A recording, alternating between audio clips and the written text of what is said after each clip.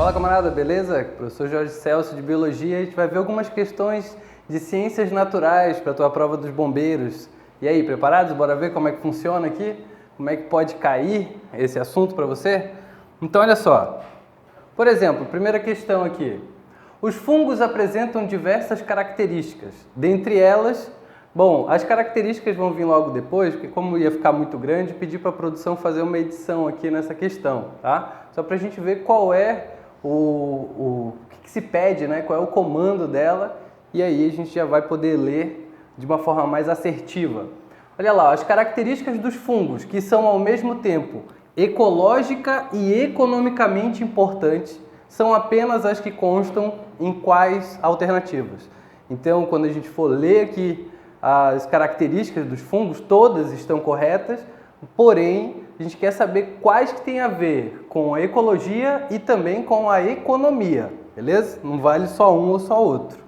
Então, aqui nós temos as afirmações. Olha só, são decompositores, reciclando carbono e nitrogênio. Lembrando que os fungos, junto com as bactérias, são os seres que fazem a reciclagem dos materiais no ambiente, né? São os seres decompositores. Beleza, tá certo, né? Todas estão. Só que nesse caso aqui, apenas é a função ecológica, não tem uma relação econômica, né, em relação à decomposição. Então essa alternativa aqui já não iria valer. São utilizados na fabricação de queijos e bebidas alcoólicas. Bom, os fungos, né, realizam um tipo de fermentação que a gente tem aqui um exemplo de fermentação alcoólica. A que se produz o etanol, por exemplo, como biocombustível, ou que também pode ser utilizado na produção de pães, massas, bebidas, né, bebidas alcoólicas. Só destacando que quando a fermentação alcoólica ela serve para a produção de biocombustível, o que interessa é o etanol, né, que é um dos produtos. Quando a gente fala sobre produção de pães e massas, o que interessa não é o etanol, porque ele vai evaporar e não vai ficar ali dentro do pão, né? Você não vai ficar alcoolizado por ingerir um pão. O que interessa nesse caso é o gás carbônico. Então a produção de gás carbônico vai fazer com que crie ar dentro da massa e dessa maneira deixando ela mais leve, né? Mais aerada. Nesse caso aqui não tem uma função ecológica, é apenas uma função econômica. Então essa alternativa ela também não está correta. Alguns produzem antibióticos. O primeiro antibiótico, por exemplo, né, descoberto pelo ser humano, né, por um alemão chamado Alexander Fleming, lá no período da Primeira Guerra, isso era produzido por um fungo do gênero Penicillium e que foi dado o nome, né, para o medicamento de penicilina. É o famoso, aquele medicamento que todo mundo tem medo, né, de tomar, o tal do bezetacil, é a penicilina, é um antibiótico produzido por um fungo. Lembrando também que as bactérias também podem produzir antibióticos, como uma forma de ter um controle entre os seres que vivem próximos deles, né? Já que são organismos que não têm uma grande capacidade de movimentação no ambiente. Nesse caso, como os antibióticos eles servem tanto para outros seres no ambiente quanto para a gente, para curar algumas doenças, então eles sim têm um papel tanto ecológico quanto econômico. Então essa alternativa aqui ela está correta. Danificam alimentos estocados. Bom, quando algo apodrece é porque ou tem a presença de fungo ou bactérias. Por isso que a gente utiliza a geladeira para conservar os alimentos, porque a baixa temperatura impede o desenvolvimento desses organismos e dessa maneira atrasa o processo de decomposição. Antigamente, quando não se tinha geladeira, era utilizado sal. Por quê? Porque o sal ele tem a capacidade de reter líquido, de puxar líquido. Então, como todo ser vivo é feito basicamente de água, quando a gente fala sobre um micro-organismo, imagina um ser unicelular, onde 70%, 80% da composição daquele organismo é feito de água. Ele não vai conseguir viver num ambiente extremamente salino. Por isso que a carne salgada, por exemplo, ela não apodrece, né? Um outro exemplo é a questão do Mar Morto, que tem esse nome justamente pelo excesso de sal. Só alguns tipos de bactérias muito específicos, né, de arqueobactérias que conseguem viver naquele ambiente. Então, danificam alimentos estocados. Esse tem um fator aí na economia mas não ecológico. Então, não está correto. Alimentam-se por absorção e reproduzem-se por esporos. Uma informação importante aqui. Eles se alimentam por absorção, diferente dos animais que se alimentam por ingestão. Pelo menos a maioria dos animais se alimenta por ingestão. Você precisa pegar o alimento e ingerir eles.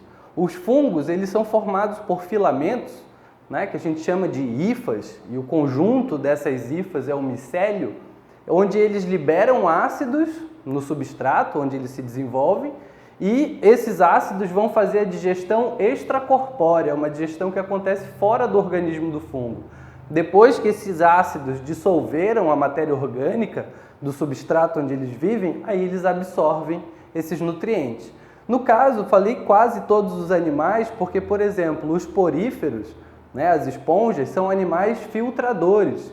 Nós temos também alguns exemplos lá na classe dos bivalves, dentro do filo dos moluscos, como os mexilhões, as ostras, né, os mariscos, que são animais filtradores. Inclusive, essa característica de ser um animal filtrador faz com que eles sejam muito sensíveis em relação à contaminação do ambiente. Então, eles não podem viver numa água muito contaminada porque essas toxinas vão ficar presas no organismo deles, tá? Então, alimentam-se por absorção e reproduzem-se por esporos. Nesse caso aqui, é uma característica ecológica e não econômica. Então, não está correta para o conceito aqui, né, para o contexto da questão. Só um parêntese aqui também, quando a gente fala sobre reprodução de esporos, os vegetais inferiores, que são as briófitas e as pteridófitas, são organismos que também se reproduzem por esporos. Já os vegetais superiores, né, as gimnospermas e angiospermas, apesar de produzirem também esporos no seu ciclo reprodutivo, mas elas se reproduzem por sementes. Então, característica de se reproduzir por esporos não é exclusiva de fungos. Formam associações simbióticas com raízes de plantas. Os fungos, eles formam uniões, né, associações com raízes de plantas, que a gente chama de micorrizas, porque mico vem de fungo, tá? Então, tanto é que a ciência que estuda os fungos é a micologia. E uma doença causada por fungo é genericamente chamada de micose, tá? Então, se aparecer esses termos aí, você já sabe do que está se tratando. Então, essas associações com as raízes de plantas é importante para o ambiente, então tem um fator ecológico aí, porque auxilia as plantas no seu desenvolvimento. Algumas plantas, elas só vivem se houver essa associação aqui com os fungos. Tanto é que a gente chama de simbiose, né? Uma relação ecológica onde a sobrevivência dos indivíduos ali participantes depende dessa relação. A gente tem, por exemplo, as sequoias, que são as maiores árvores que existem atualmente, e elas só conseguem levar, né, captar a água necessária para todo o organismo delas se tiver essa associação com os fungos. Então, se os fungos morrem, a planta acaba morrendo também. Então, isso acaba configurando aí uma relação de simbiose. E nesse caso, afeta também a economia, porque a agricultura também depende dessas associações das plantas com os fungos. Então, nesse caso aqui, essa alternativa ela tem tanto um fator aí ecológico quanto econômico. Portanto, as alternativas aqui 3 e 6 são as corretas. Beleza? Então, só marcar aqui 3 e 6. Bom, aqui a gente tem uma reportagem, né? Fala poluição que vem de longe. Deixa eu pegar logo um marca-texto aqui. Vou mudar aqui a cor dele. Pode ser esse aqui. Regiões isoladas com características primitivas e sem fontes locais de produção de resíduos tóxicos também podem estar sujeitas aos efeitos da poluição gerada a milhares de quilômetros. Os pesquisadores verificaram que, mesmo isoladas, algumas espécies de crustáceos, peixes e aves apresentavam em seu organismo concentração relativamente significativas de compostos químicos altamente tóxicos, como pesticidas organoclorados, como por exemplo aí os DDTs, e também bifenilas policloradas, os PCBs. substâncias bastante usadas na fabricação de borrachas, plásticos e tintas. Bom, só fazer um parêntese aqui, reparem que tem tem várias informações aqui nesse enunciado. Vamos lá dar uma olhada no comando para poder saber o que a gente precisa extrair desse texto, né? Olha lá, mais um pouquinho do texto. O pesquisador responsável explica que a dieta desses animais geralmente se caracteriza como uma das principais formas de exposição às substâncias estudadas e que, apesar de não terem observado diferenças significativas em relação ao acúmulo de poluentes entre as espécies estudadas, é natural que as aves estejam mais expostas a esses resíduos. Isso porque elas estão sujeitas à contaminação, como as outras espécies do arquipélago, de forma mais agravada, uma vez que acabam se alimentando dos peixes já contaminados. Bom, vamos extrair logo aqui algumas informações. Olha só, aqui está dizendo que essa contaminação tem a ver com a dieta dos animais, né? Então a gente está falando aqui sobre cadeia alimentar. Então aqui é uma das principais formas de exposição a essas substâncias tóxicas. E apesar de não ter diferença significativa em relação ao acúmulo de poluentes entre as espécies estudadas, é natural que as aves, né, estejam mais expostas a esses resíduos. Isso porque elas estão sujeitas à contaminação, como as outras espécies do arquipélago, de forma mais agravada, uma vez que acabam se alimentando dos peixes já contaminados. Então elas acabam se alimentando dos peixes já contaminados. Bom, aqui a gente tem um caso onde está se falando sobre cadeia alimentar, né? Então, poluição do ambiente também. Então, a poluição da água acaba gerando toxinas e essas toxinas são transferidas via cadeia alimentar para os outros seres, né? Até mesmo os seres que não são aquáticos, como as aves. E por que as aves teriam uma contaminação mais agravada? Né? Qual é a relação da cadeia alimentar, das toxinas, da poluição? Isso daqui, cara, é um assunto que a gente chama de bioacumulação. A bioacumulação é quando um organismo se contamina no ambiente e esse elemento contaminante, como um metal pesado, por exemplo, metal pesado como o mercúrio, ele não sai do organismo, né? O organismo não tem a capacidade de expelir esse material. Então, quanto mais o indivíduo vai ingerindo essa substância, mais ela se acumula em seu organismo. E sempre quem tiver, né, via de regra, quem tiver numa posição mais elevada na cadeia alimentar, acaba que vai acumular uma quantidade maior dessas substâncias. Porque imagina, eu tenho um crustáceo com uma determinada quantidade de toxina. Mas a ave que come o crustáceo e também come um peixe contaminado, ela vai ter no seu organismo tanto aqueles metais, aquelas toxinas do crustáceo, quanto do peixe. Então, dessa maneira, como essas substâncias não são eliminadas pelo organismo, quanto maior o nível, né, que você ocupa na cadeia alimentar, maior vai ser a quantidade de toxinas ou de metais pesados presentes no organismo. Então, isso aqui já é um spoiler de bioacumulação. O conceito e o significado do fenômeno biológico que expressa o problema ambiental apresentado pelos pesquisadores são... Bom, aqui ele começa na primeira alternativa falando sobre eutrofização. Olha lá, eutrofização, que é o processo que ocorre em ambientes aquáticos em função do acúmulo excessivo de nutrientes na água. Beleza, até está correto esse conceito e até é importante a gente saber o que é a eutrofização. Agora, vamos pensar um pouquinho. Se a eutrofização é o excesso de nutrientes na água, por que a gente estuda isso em impactos ambientais? Só para contextualizar, esse prefixo eu, ele significa verdadeiro. A gente vê isso, por exemplo, quando fala sobre células eucariontes e procariontes, né? Cárion significa núcleo. Então, eucariontes são as células que têm núcleo verdadeiro, aquelas que têm núcleo. Todas com exceção das bactérias. Enquanto que pró significa antes, primeiro, primitivo. Então, célula procarionte é aquela que tem núcleo primitivo ou que é antes do núcleo, ou seja, não tem núcleo. Só as bactérias têm células procariontes. Então, só um parêntese aqui, porque é uma informação importante. Nesse caso, a questão está falando sobre o acúmulo de toxinas e não de nutrientes, tá? Então não é um caso de eutrofização.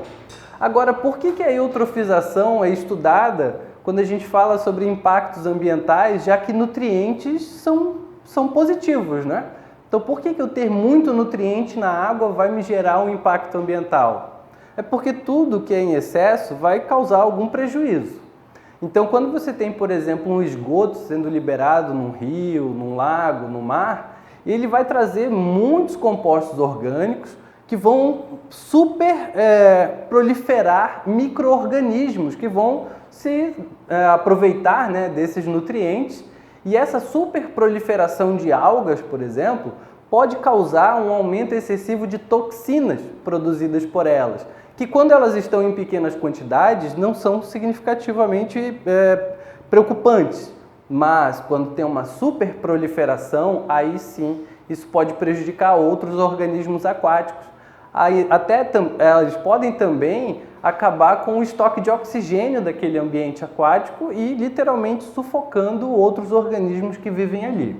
Tá? Então esse conceito de eutrofização está correto, mas não se aplica à questão. Na letra B ele também fala sobre eutrofização, mas ele te dá um conceito errado.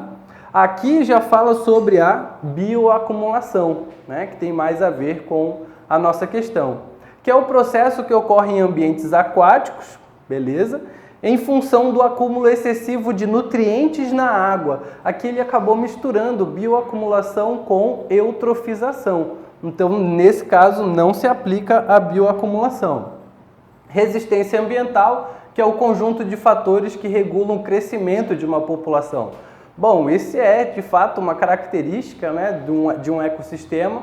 Você pode ter uma resistência ambiental, algo que cause uma limitação, como, por exemplo, o excesso de predadores, excessos de parasitas. Isso vai limitar o crescimento de uma população, mas não é o caso aqui do contexto da nossa questão.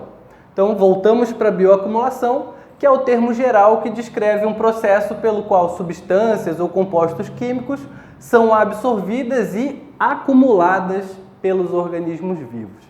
Vale destacar, essa daqui é a resposta correta, mas vale destacar que sempre o mais prejudicado vai ser quem ocupar um nível mais elevado na cadeia alimentar. Então, se você tem consumidores primários, secundários e terciários, ou quaternários, sempre quem tiver no maior nível é quem vai se prejudicar mais com a bioacumulação. Olha só, Calango, o jogo Calangos, desenvolvido por pesquisadores de diferentes universidades, é ambientado na região de dunas da margem oeste do médio Rio São Francisco, no estado da Bahia. As dunas estão, né, em um bioma caracterizado por chuvas irregulares, secas prolongadas, temperaturas elevadas e que possuem espécies vegetais com proteções contra a perda de água. 3 espécies de lagartos ou calangos são exclusivas dessas dunas. Então aqui a gente já tem, né, um material em destaque, né, um trecho em destaque, que está falando sobre um tipo de bioma. Lembrando que bioma é um conjunto de ecossistemas que apresentam em comum clima, flora e fauna. Inclusive meio que nessa ordem, né? Porque o clima determina qual é a flora. Eu falei fauna e flora, né? Clima, flora e fauna. Por que essa ordem é importante? Porque o clima determina a vegetação do ambiente. E a vegetação vai determinar que tipo de animais, principalmente que tipo de herbívoros vai sobreviver ali. E aí os herbívoros determinam quais carnívoros conseguem viver naquele ambiente.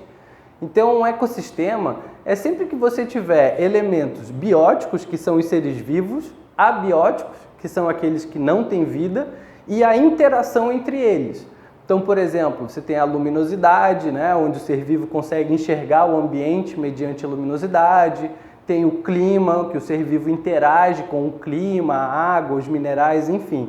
Então, qualquer local onde você tem um ser vivo interagindo com um elemento que não tem vida, aquilo é um ecossistema. Só que ecossistema acaba sendo um conceito muito amplo, porque uma folha caída na floresta é um ecossistema. A árvore também é um ecossistema, um lago, uma duna, qualquer lugar que você tem ser vivo, elemento não vivo e interação entre esses elementos, né, esses componentes, isso é um ecossistema. Então, quando nós temos um conjunto de ecossistemas, onde o clima, a flora e a fauna são semelhantes, aí nós chamamos para esse conjunto de bioma, como um deserto, floresta tropical, floresta temperada, né, entre outros. Então, nesse caso aqui, a gente está falando sobre um bioma que tem chuvas irregulares, secas prolongadas, temperaturas elevadas, né, então é um local quente, e que as plantas têm proteção contra a perda de água, para poder, como por exemplo, cactáceos, né, os cactos, que são desses climas assim mais quentes.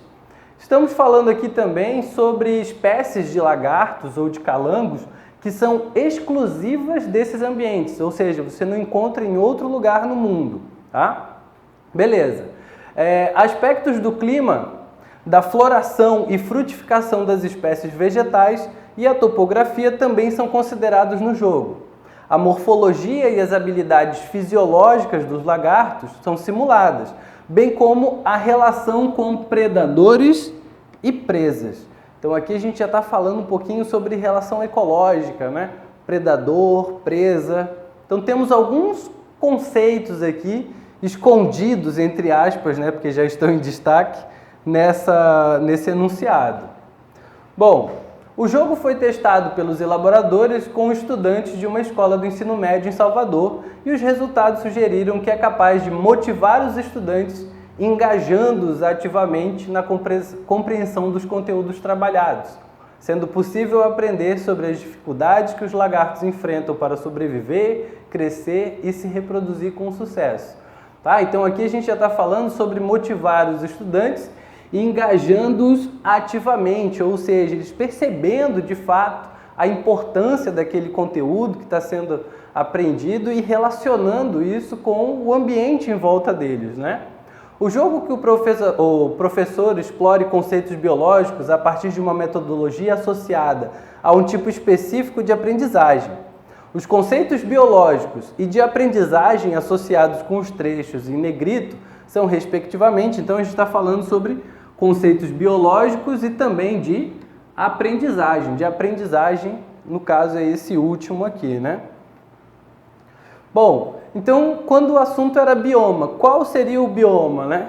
Caatinga, Cerrado, aqui só tem dois.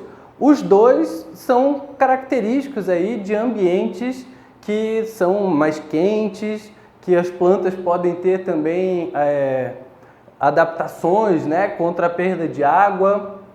Outro conceito era o endemismo. Então aqui ele apresenta endemismo, aqui comunidade clímax, aí volta para endemismo, comunidade clímax. O que é o endemismo? Uma espécie endêmica é uma espécie encontrada só num determinado local. Lembrando que quando o assunto é espécie, ela pode ser nativa, exótica ou endêmica. E quais são as diferenças desses conceitos? Uma espécie nativa é uma espécie que é originária de um local e vive naquele local de onde ela é originária, só que ela também pode aparecer em outras regiões do planeta. Uma espécie exótica é uma espécie que ela foi introduzida num determinado ambiente. Ela pode ser uma espécie invasora ou de forma natural ou porque foi introduzida, tá? Foi trazida para um determinado local. Nós temos, por exemplo, no Brasil, muitas espécies de moscas e ratos que são comuns aqui na nossa região. Eles vieram junto com os navios negreiros na época do tráfico, né, na escravidão. Por quê? Porque esses navios eles ficavam estacionados, né, ficavam ancorados nos portos e tinha ali, imagina como eram as condições, né, de higiene nesse ambiente, as pessoas que tratavam aí com tráfico de humanos, enfim, e também precisava ter muito alimento lá dentro para poder passar, né, por dias, meses navegando. Então era comum que as espécies, né, de animais como moscas, ratos, visitassem esses navios e quando eles saíam do porto, essas espécies acabavam indo junto com o navio. Quando chegavam no Brasil, essas espécies desembarcavam e por ser um ambiente muito similar, né, ecossistemas muito similares, biomas similares aos africanos, então essas espécies acabaram se dando muito bem aqui na nossa região. E qual é o problema de uma espécie exótica? Porque normalmente não se tem predador natural para ela. É o que a gente passa hoje em dia com os caramujos africanos, né? Que são caracóis, na verdade, porque caracol respira por pulmão fora d'água e caramujo por brânquias dentro da água. É um alimento, né, que faz parte da gastronomia mundial, conhecido como escargot, e alguém teve a brilhante ideia de trazer esses caracóis para o Brasil para funcionar aí como uma opção, né, na gastronomia, só que o brasileiro não gostou muito da ideia, não virou muito adepto, então esses criadores de caracóis simplesmente soltaram eles no ambiente natural, e por não ter predador natural aqui no Brasil, eles acabaram se espalhando, né? Eles têm uma grande capacidade de reprodução, são hermafroditas, enfim. Então hoje é muito comum nos quintais das casas aparecerem esses caracóis, né? Isso porque são espécies exóticas, são espécies invasoras. Então a espécie exótica ela é nativa de uma região, mas vive em outra. E uma espécie endêmica é aquela espécie que só é encontrada numa determinada região. Lembra lá que aqui na questão estava falando sobre lagartos e calangos encontrados apenas naquelas regiões. Então, entre comunidade clímax e endemismo, endemismo é a opção. Comunidade clímax tem a ver com outro assunto de ecologia, que é a sucessão ecológica, que é quando você tem a substituição de comunidades simples por outras mais complexas ao longo do tempo. Então, no assunto sucessão ecológica, nós temos 3 tipos de comunidade: a ecese, a série e a clímax. Então, a ecese é formada por espécies pioneiras, como fungos, algas, né, musgos, líquens, que são organismos que são geralmente os primeiros a chegar num ambiente que antes não tinha vida, como uma duna, uma ilha vulcânica, um lago recém-formado, ou um ambiente que acabou de secar, um lago que acabou de secar. Então essa comunidade, né, formada por esses organismos pioneiros, eles vão modificar o ambiente e permitir que outros organismos mais complexos, que demandem, né, de mais elementos da natureza, possam sobreviver, que é uma comunidade intermediária que a gente chama de série. E essa comunidade seral, né, a série, ela vai modificar também o ambiente e criar condições para que organismos maiores consigam se desenvolver ali. Quando nós temos animais e vegetais de grande porte, nós chamamos para essa comunidade, que já é uma comunidade estabilizadora, né, mais definitiva, de comunidade clímax. Beleza? Então, comunidade clímax tem a ver com o assunto sucessão ecológica. Então, nós temos um bioma, o endemismo, a sucessão ecológica, né? Ou relação ecológica. No caso ali, a gente estava falando sobre presas e predadores. Então, não era sucessão ecológica, era um caso de relação ecológica. E, por fim, o tipo de aprendizagem, né, que estava se falando ali, daqueles que os alunos se sentem motivados e percebem relação, né, entre a sobrevivência, o ambiente que eles vivem. Isso ali poderia ser aprendizagem tecnológica ou aprendizagem significativa. Nesse caso aqui, era um exemplo de aprendizagem significativa, porque é justamente essa que o aluno ele tem a capacidade de relacionar o que está sendo aprendido com o ambiente, o local em que ele vive. Não é? Portanto, aqui nós temos a alternativa correta. Caatinga era o bioma em questão. Endemismo, quando se falava sobre calangos e lagartos que viviam apenas num local. Relação ecológica, quando se falava sobre presa e predador. E aprendizagem significativa, que é justamente essa, que os alunos conseguem ver relação, né, entre o que acontece no ambiente, no que foi estudado, com o entorno deles. Considere a tabela elaborada a partir do livro vermelho da fauna brasileira ameaçada de extinção. Então, nessa primeira coluna nós temos alguns exemplos de biomas, né? Amazônia, Caatinga, Cerrado, Mata Atlântica, Pantanal e Pampa. Aqui nós temos o número de espécies endêmicas, ou seja, são encontradas apenas nessas regiões. E aqui nós temos o total de espécies ameaçadas. Então nós temos uma relação entre espécies endêmicas e espécies ameaçadas. Vamos ver o que a questão pede. Foram feitas as seguintes afirmações. A Amazônia e o Cerrado são biomas muito ameaçados por terem as maiores taxas de espécies endêmicas entre as ameaçadas de extinção. Então, será que a Amazônia e Cerrado são as que têm as maiores quantidades de espécies endêmicas? Bom, a Amazônia tem 122, o Cerrado 123 e, por exemplo, a Mata Atlântica tem 428. Então, já não pode ser essa questão. Então, essa daqui já está errada. A Amazônia e a Mata Atlântica são os biomas mais ameaçados por terem as maiores taxas de espécies endêmicas entre as ameaçadas de extinção. Então, como a gente acabou de ver aqui no slide anterior, de fato, corresponde, né? Elas são os que maiores têm espécies endêmicas e ameaçadas. As florestas tropicais, né, Amazônia e Mata Atlântica, fazem parte de florestas tropicais. São as regiões do mundo inteiro com maior índice de biodiversidade. Então, consequentemente, é onde a gente vai encontrar também o maior número de espécies endêmicas. Com relação aos biomas brasileiros, o Pantanal é o mais ameaçado por possuir um número menor de espécies endêmicas ameaçadas de extinção.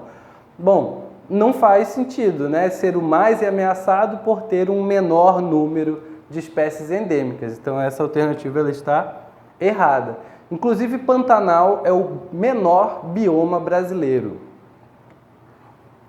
Então, está correto que se afirma apenas na segunda alternativa. A aplicação de conhecimentos aprendidos para buscar o equilíbrio dos ecossistemas regionais e locais é uma habilidade importante no ensino de ciências em todos os níveis.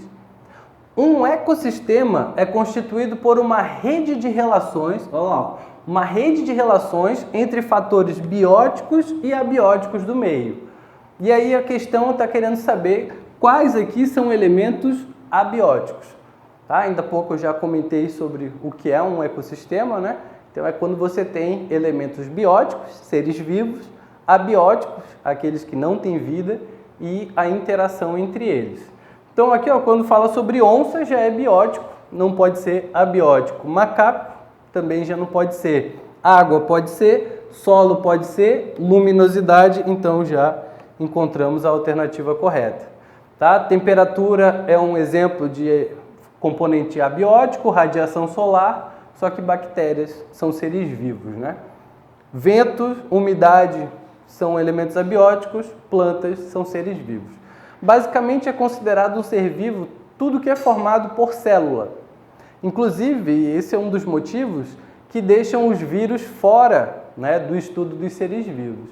Porque os vírus são elementos acelulares, eles não possuem célula. Eles são parasitas intracelulares obrigatórios. Significa que para um vírus se desenvolver, ele obrigatoriamente tem que estar dentro de uma célula. Ele não tem metabolismo próprio, né? Então ele utiliza a maquinária da célula para produzir novos vírus. Então, embora sejam capazes de se reproduzir, mas eles não se reproduzem sozinhos, apenas quando estão dentro de células. Bom, e agora chegou o momento de fazer aqui o merchan, né, dos nossos materiais. Estude aqui com a Tropa Imbatível. Temos material para concursos que estão em andamento, o edital já saiu, tanto dos bombeiros quanto de Polícia Militar, né, da Bahia. E que tal sair do YouTube e ir para uma plataforma onde você tem bastante material, né, disponível, tudo preparadinho, com videoaulas atualizadas, exercícios, revisão final, apostila em PDF, apenas R$ 310. Então acesse aí Loja do Concurseiro para ter mais informações, ficar ainda mais preparado e ter direito a tudo que essa plataforma pode te oferecer para que você tenha sucesso aí na sua aprovação. E vamos dar continuidade aqui a mais alguns exercícios para você já tendo uma ideia de como é que funcionam nossos materiais. Olha lá, ó. Segundo a reportagem da revista FAPESP, denominada 100 bichos, a floresta morre, O desaparecimento de animais que dispersam sementes põe em risco a sobrevivência dos remanescentes da Mata Atlântica. Um exemplo é a dispersão de sementes do jatobá pela cutia. A cutia come algumas sementes e enterra as restantes para ter alimento em outra estação. Quando ela muda de território, esquece alguma semente ou é predada por uma onça, por exemplo, e a semente abandonada germina e dá origem à nova planta. Então aqui a gente tem algumas informações legais, né? Por exemplo, quando a gente fala sobre dispersar sementes, então é uma função ecológica, quando a gente fala sobre função, como se fosse a profissão do ser vivo, isso é um conceito de nicho ecológico. Então em ecologia nós temos dois conceitos básicos, que é o de hábitat e nicho ecológico. O hábitat é onde o ser vivo vive, é onde ele se desenvolve, é basicamente onde ele faz o que ele faz. Então, onde ele busca alimento, onde ele busca parceiros reprodutivos. E é importante a gente ter a ideia de que hábitat, por exemplo, quando você tem uma ave que tem um ninho numa árvore que fica numa floresta, o hábitat é o ninho, é a árvore ou é a floresta? Então, se você tem aquela ideia de que hábitat é a casa, você pode pensar que seria o ninho ou a árvore. Mas, na verdade, todo o ambiente, se aquela ave ela vai até o lago, se ela vai até a floresta, se do lado tem um deserto e ela vai lá no deserto também buscar alimento ou se reproduzir, todas essas áreas compõem o hábitat dessa ave. Então, o hábitat é o onde ele faz o que ele faz. Agora, o que ele faz, como ele faz, quando ele faz, por exemplo, se ele caça por emboscada, se ele produz teia, se ele injeta veneno, se ele faz a dispersão de sementes, isso é o que ele faz, né? O como e o quando, por exemplo, se é um animal diurno ou noturno, se é presa, se é predador, isso tudo faz parte do nicho ecológico, tá? Então aqui a gente também tem a Mata Atlântica, que é um bioma, é um tipo de bioma da floresta tropical, e estamos falando sobre dispersão de sementes aqui de uma planta, o jatobá, por um animal, a cutia. Então aqui a cutia ela come algumas sementes e ela enterra outras para comer depois. Só que algumas ela acaba esquecendo ou ela morre no meio do caminho e não tem como voltar para buscar aquela que ela já enterrou. Isso acaba contribuindo para a dispersão das sementes. No sul do Brasil, por exemplo, nós temos a gralha azul, que é uma ave que se alimenta e faz isso com a semente da araucária. Então ela contribui para a dispersão da araucária, né, que é um tipo de pinheiro chamado pinheiro do Paraná. Bom, mas o que será que a questão está querendo com essas informações? Este fragmento de texto apresenta um exemplo de conceito ecológico já que está falando de sucessão ecológica, né, sobre espécies que exigem pouco do ambiente, dando origem, né, ou permitindo a chegada de espécies que exigem mais do ambiente? Não, né? Ciclo biogeoquímico. Ciclo biogeoquímico é o ciclo da água, ciclo do carbono, do nitrogênio. Não é bem isso também, né? Cadeia alimentar, pode ser, né? Já que a gente está falando sobre a cutia se alimentando de sementes de jatobá, mostrando as relações entre o jatobá, a cutia e a onça. Bom, então já sabemos que é essa daqui. Mas aqui está falando sobre parasitismo, uma outra relação ecológica, uma vez que a cutia come as sementes do jatobá. Não, a relação ali é uma relação de predação ou predatismo. Um detalhe é que quando a presa é um vegetal, como por exemplo, sei lá, um coelho comendo cenoura, clássico, né? Então a presa ali é um vegetal. Também é predação, também é predatismo. Mas nesse caso aparece também um outro conceito, que é o conceito de herbivoria. Ou quando, por exemplo, no teu prato tem arroz e feijão. Arroz, feijão, batata. Você está comendo vegetais, comendo uma tapioca, tomando um açaí. Então, se o alimento é vegetal, é um tipo de predação que a gente chama de herbivoria. Não está errado chamar de predação, mas para ser mais específico a gente chama de herbivoria. Espécie invasora, uma vez que a cutia come as sementes do jatobá. Não, porque a cutia ela é originária dessa região, de floresta tropical, tanto da Mata Atlântica quanto da Amazônia, a gente encontra esse animal. A malária é uma doença infecciosa febril aguda, causada por protozoários. A cura é possível se a doença for tratada em tempo oportuno e de forma adequada. Contudo, a malária pode evoluir para uma forma grave e também para óbito. No Brasil, a maioria dos casos de malária se concentra na região amazônica, nos estados do Acre, Amapá, Amazonas, Maranhão, Mato Grosso, Pará, Rondônia, Roraima e Tocantins. Nas demais regiões, apesar de poucas notificações, a doença não pode ser negligenciada, pois se observa uma letalidade mais elevada que na região amazônica. Só um parêntese. Primeira coisa, a gente está falando sobre protozoário. É um tipo de organismo feito de uma célula só e que não produz o próprio alimento. Proto significa primeiro e zoário faz uma referência a animal, porque o reino animal também é chamado de reino metazoa. Então, assim como quem faz parte do reino animal é um animal, quem faz parte do reino metazoa é um metazoário. Então, nós somos metazoários. Nesse caso, os protozoários acreditava-se que eles eram animais, que eram animais primitivos. Mas quando decidiu-se que para fazer parte do reino animal, uma das características seria ser pluricelular, então os protozoários foram banidos do reino animal. Tá? Mas evolutivamente é quem vem antes aí, de fato, dos animais. Então os protozoários fazem parte de um outro reino, o reino protista. Nesse reino, a gente também encontra as algas, que eram classificadas como plantas. Mas as plantas também são pluricelulares e elas formam tecidos, enquanto que as algas, algumas são unicelulares e elas não formam tecidos. Então, por esse motivo, as algas foram excluídas do reino plantae e precisaram ser encaixadas em algum lugar. E acharam de bom tom encaixar no reino protista. Então, quando a gente fala sobre a malária, que é uma doença causada por um protozoário, esse protozoário ele não é um animal, ele é um protista. E quando a gente fala sobre alga, a alga não é uma planta, a alga é um protista também. Tá? Só um parênteses, bactéria, por exemplo, é um monera, que faz parte do reino monera. Beleza?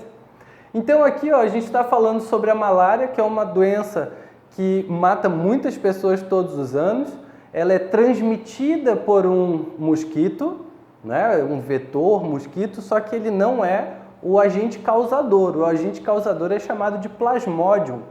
É um ser unicelular que não tem nem estrutura de locomoção, porque ele vive na circulação sanguínea do seu hospedeiro, ele é um parasita.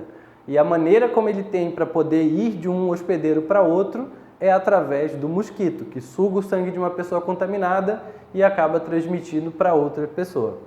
Agora, por que se é mais encontrado na Amazônia, por que nas outras regiões a taxa de letalidade é maior?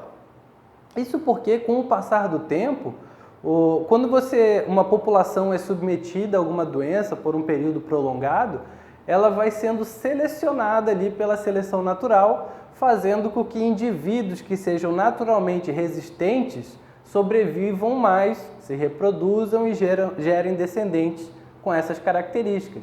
Por isso que, por exemplo, a malária é muito comum na área de mata e quando um indígena contrai a malária, ele não tem o mesmo efeito do que uma pessoa de um grande centro urbano. Por quê?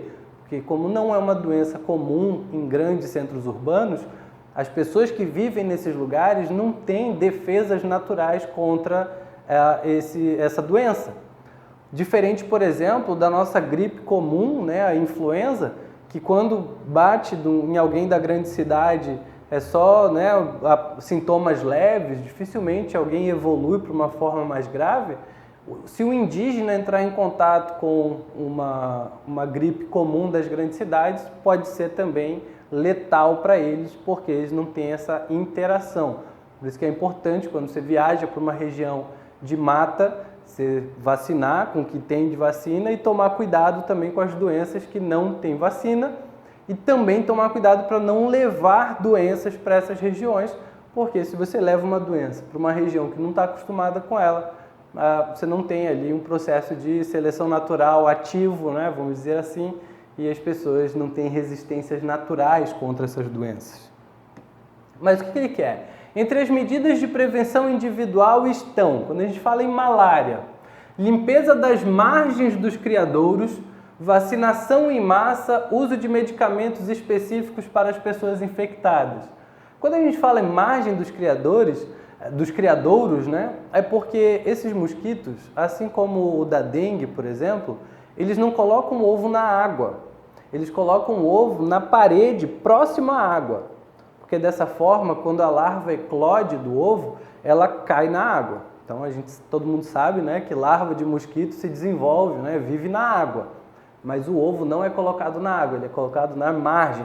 Por isso que quando a gente vai fazer higienização, por exemplo, de uma piscina ou de um pratinho de planta, é necessário limpar e esfregar as margens do criadouro para poder eliminar esses ovos, tá? Vacinação em massa, no caso para malária a gente não tem vacinação, então não pode ser a letra A. Uso de mosquiteiro para evitar ali o vetor, né, o agente que transmite a doença. Roupas que protejam pernas e braços, telas em portas e janelas e também uso de repelentes. Então, embora a doença não seja causada, né, não seja originária do mosquito, mas é ele que transmite a doença. Então, nesse caso, essas medidas, né, profiláticas aqui, essas medidas de combate à doença, têm que ser focadas no vetor, naquele cara que transmite ela. Não praticar o nado em lagos e lagoas possivelmente infectados com o vetor. Não se configura, né, porque a larva do mosquito não transmite a doença, ela precisa sugar o sangue de alguém contaminado, isso só a forma adulta do mosquito faz, e lembrando que só os mosquitos fêmeas fazem isso, que eles usam sangue para amadurecer os ovos, né? Então, nadar em água contaminada com larva de mosquito não vai causar isso. Evitar áreas de mata, legal. Melhoramento da moradia e das condições de trabalho e uso racional da terra. O melhoramento da moradia até pode ser, mas, né, para evitar ali o acesso dos mosquitos, mas o uso racional da terra não tem a ver com o combate ao vetor. Alimentação rica em carnes vermelhas, feijão, consumo de frutas, verduras e legumes também não vai impedir que o mosquito sugue o sangue de uma pessoa contaminada e acabe passando para outra. Considere os conceitos A, B e C abaixo. Então, no conceito A, ele diz assim, ó, plantas, animais e micro-organismos que estão interconectados entre si por suas cadeias alimentares e outras interações, formando um todo complexo. Bom, o que é uma população? População é um conjunto de seres da mesma espécie que vivem num determinado ambiente. Então, num determinado ecossistema, você tem população de mosquito, né? E dentro disso você tem várias populações, porque são várias espécies, população de cães, de gatos, ratos, aves, enfim. E quando essas populações, né? Quando você tem um conjunto de populações que vivem numa determinada área e se relacionam, nesse caso nós temos uma comunidade. Tá? Então esse conceito de plantas, animais, micro-organismos se interagindo ali, isso é um conceito de comunidade. Uma série de mudanças progressivas na composição de uma comunidade ecológica ao longo do tempo. Comentei ali alguns slides anteriores sobre a sucessão ecológica, que é quando comunidades mais simples são substituídas por comunidades mais complexas ao longo do tempo. Então esse assunto é sucessão ecológica. E no C, a relação do indivíduo ou da população com todos os aspectos do seu ambiente e dessa forma o papel ecológico, opa, já spoiler, nicho ecológico, não estava aqui, ó, mas não tem problema. Quando a gente fala sobre papel ecológico, isso já é um spoiler de que está se tratando sobre nicho ecológico, né? Descreve a variedade de condições e qualidade de recursos dentro das quais o indivíduo ou a espécie funcionam, né? Ou seja, a maneira como um ser vivo faz, a forma como ele faz, o quando ele faz, isso é o nicho ecológico. Mais uma aqui. Então, nesse caso, que falava sobre comunidade, sucessão e nicho ecológico. Considere o desastre protagonizado pela mineradora Samarco, profícua na produção de cenários apocalípticos. Após o rompimento da barragem do Fundão, em 5 de novembro, correram o mundo imagens de vilarejos inteiros devastados pelo tsunami de lama. A possível presença de metais pesados na lama que atingiu a bacia do Rio Doce foi alvo de grandes discussões sobre as consequências do desastre ambiental. Então, todo mundo deve lembrar, desse desastre que aconteceu. E aí você tinha liberação de metais pesados na água. Já falamos sobre metais pesados lá no início dessa aula, hein? Esses metais, mesmo em pequenas quantidades, podem ser tóxicos aos organismos. Por quê? Metais pesados na água atingem igualmente todos os níveis da cadeia alimentar e são biodegradados? Não, em gênero, número e grau. Lembra, quem que se prejudica mais é quem tiver um nível mais elevado na cadeia alimentar. E eles não são biodegradados, ou seja, eles não são eliminados pelo ser vivo, eles vão sendo bioacumulados. São idênticos às substâncias biosintetizadas pelo organismo humano. Não, metais pesados são substâncias que a gente não vai produzir no nosso organismo. Aumentam a quantidade de sedimentos na água, contribuindo para o assoreamento do rio. Bom, os metais pesados, mesmo em pequenas quantidades, podem causar poluição do ambiente, não necessariamente o assoreamento do rio. É lógico que em grandes quantidades, o sedimento ele acaba causando esse assoreamento, que é quando o leito do rio fica mais elevado, ou traduzindo, o rio fica mais raso, e isso acaba implicando em dificuldade de navegação, fluxo dos organismos aquáticos, mas não tem a ver aqui com a questão.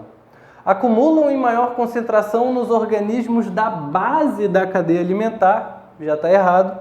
Acumulam em concentração crescente ao longo da cadeia alimentar. Então, é essa questão, Isso aqui está correto. Quanto maior o nível na cadeia alimentar, maior vai ser a quantidade desse material acumulado no organismo.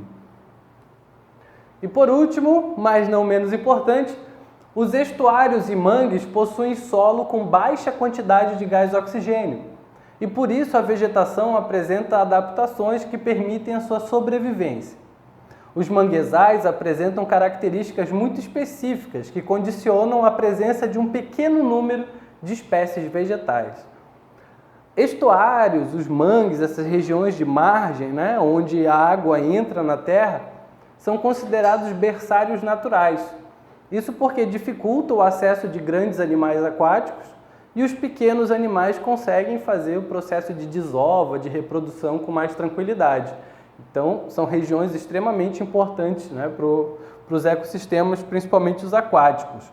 Só que a baixa oxigenação do solo, já que ele é um solo alagado, e geralmente o excesso de sal também, se a gente estiver falando de um manguezal e não de um mangal, manguezal é de água salgada, mangal é de água doce. Esse excesso de sal também dificulta a sobrevivência de plantas, então elas precisam criar adaptações para poder viver nesses ambientes. Um estudante fez as afirmações abaixo sobre as adaptações presentes em plantas dos manguezais. As chamadas raízes suporte são projeções do caule que ampliam a área de sustentação das plantas, permitindo a fixação em solos lamacentos. Então, quando você tem o caule da planta, o que é uma raiz suporte? É aquela raiz que sai como se fosse uma perna, aqui, várias pelas laterais, e dessa maneira elas dão suporte para um ambiente, por exemplo, lamacento, um solo encharcado, que é difícil para o caule da planta se manter em pé. Então, se ele tiver essas escórias, isso acaba facilitando a sobrevivência dessa planta. Então, correto. Os pneumatóforos são estruturas do sistema radicular que crescem para fora do solo, permitindo uma aeração adequada das raízes. Talvez, se você já frequentou uma região de mangue, você deve ter percebido várias pontas, como se fossem vários caules secos, saindo da terra. Na verdade, aquilo ali são pontas de raízes. É um tipo de raiz que a gente chama de pneumatóforo. Pneuma tem a ver com ar, tá? Então, funciona mais ou menos assim, Deixa eu pegar aqui abrir um espaço aqui, ó. Acontece dessa forma. Nós temos uma árvore, aqui está o solo, e como é um solo encharcado, então tem muita água, acaba tendo pouco espaço para oxigênio. Então as raízes dessas plantas, elas se desenvolvem no solo e deixam uma pontinha para fora. Então várias dessas pontas, ó, vai deixando um ambiente que parece que que várias plantas secaram e morreram, quando a gente observa essas pontinhas aqui, ó, mas na verdade são as pontas das raízes das plantas que vivem ali. É um tipo de raiz que a gente chama de pneumatóforo. Tá? Deixa eu liberar aqui esse desenho, não precisamos mais. Vou pegar o meu marcador. Bom, então os pneumatóforos são estruturas do sistema radicular, ou seja, de raiz, que crescem para fora do solo, permitindo uma aeração adequada das raízes, permitindo que as raízes respirem. Então, correto também. As raízes suporte e pneumatóforos contribuem para o aumento dos sedimentos que chegam aos rios e canais dos estuários. Bom, é meio que o contrário. Na verdade, esses materiais, eles impedem que os sedimentos entrem, né, em grande quantidade nos lagos, nos rios. Então, isso acaba ajudando a segurar os sedimentos e impedindo o assoreamento desses rios.